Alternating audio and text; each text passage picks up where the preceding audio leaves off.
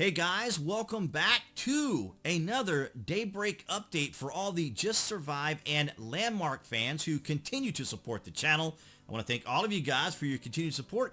You're still watching the content, and I appreciate it a great deal. I love getting your comments as well as messages across social media. If you aren't following me on social media, I would encourage you guys to do so. All those links will be below this video, so when articles like these come out, you guys will be aware of it as soon as it's released. Now this comes from MMORPG on December the 1st. EG7 to acquire Everquest developer Daybreak Game Company for $300 million. So if you guys were ever wondering if your favorite games of Just Survive and Landmark would ever come back, well, the price tag looks like it would have been about $300 million to bring both of those back. I'm not sure how much the licensing would be to just purchase those games individually. Now, MMORPG mentions that they have an update.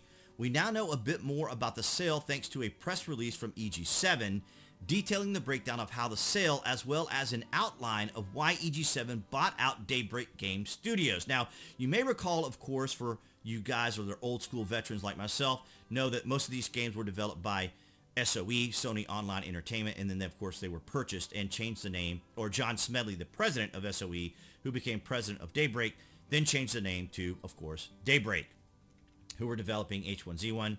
At the time, of course, it was H1Z1, then H1Z1 Just Survive, and then King of the Kill. So, Daybreak executive chairman and major shareholder Jason Epstein also stated via a press release, on behalf of the Daybreak team, we are elated to be joining the EG7 family. The combined companies are strategically positioned to expand Daybreak's unique and iconic portfolio of live games, as well as help amplify our passion for making great games for our communities. So we can see here that it looks like it'll be a decent partnership. I'm hoping that many of the employees of Daybreak will be able to remain there because they're the ones who are the most familiar with the games. Now, before Longdale left, who was the head of Everquest, she had mentioned that maybe an Everquest 3 would come out.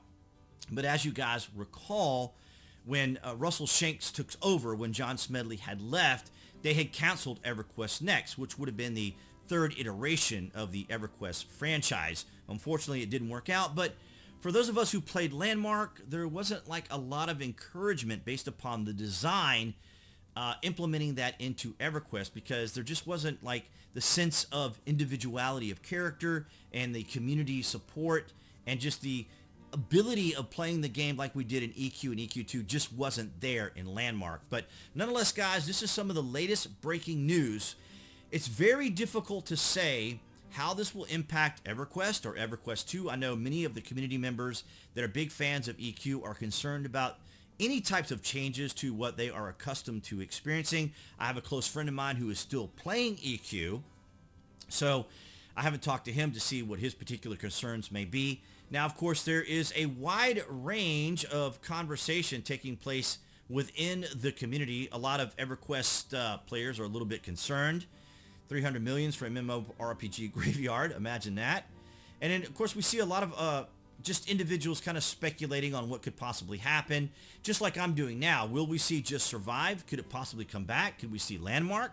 Will they consider continuing the flagship of Everquest? Will we see an Everquest 3? These are all the questions that we'll just have to keep an eye on, so I encourage you guys, if you haven't already, to give me a follow here on the channel, because I will be keeping up with this news. And if you do follow me on the social media platforms, you'll also see articles like this that I will post to keep it up to date, but I'll try to give you guys some information in the form of a video. But it's so great to have you guys still along after all these years, still watching the videos from H1Z1 and watching those from Landmark. Thank you guys so very much for helping out the channel. And of course, if you haven't already, appearing right there on the screen, that would be the channel icon to subscribe, along with notifications. That way you guys will know when there is content relating to anything on this new purchase by EG7, and of course, Just Survive and Landmark. And I'll see you guys in the next video.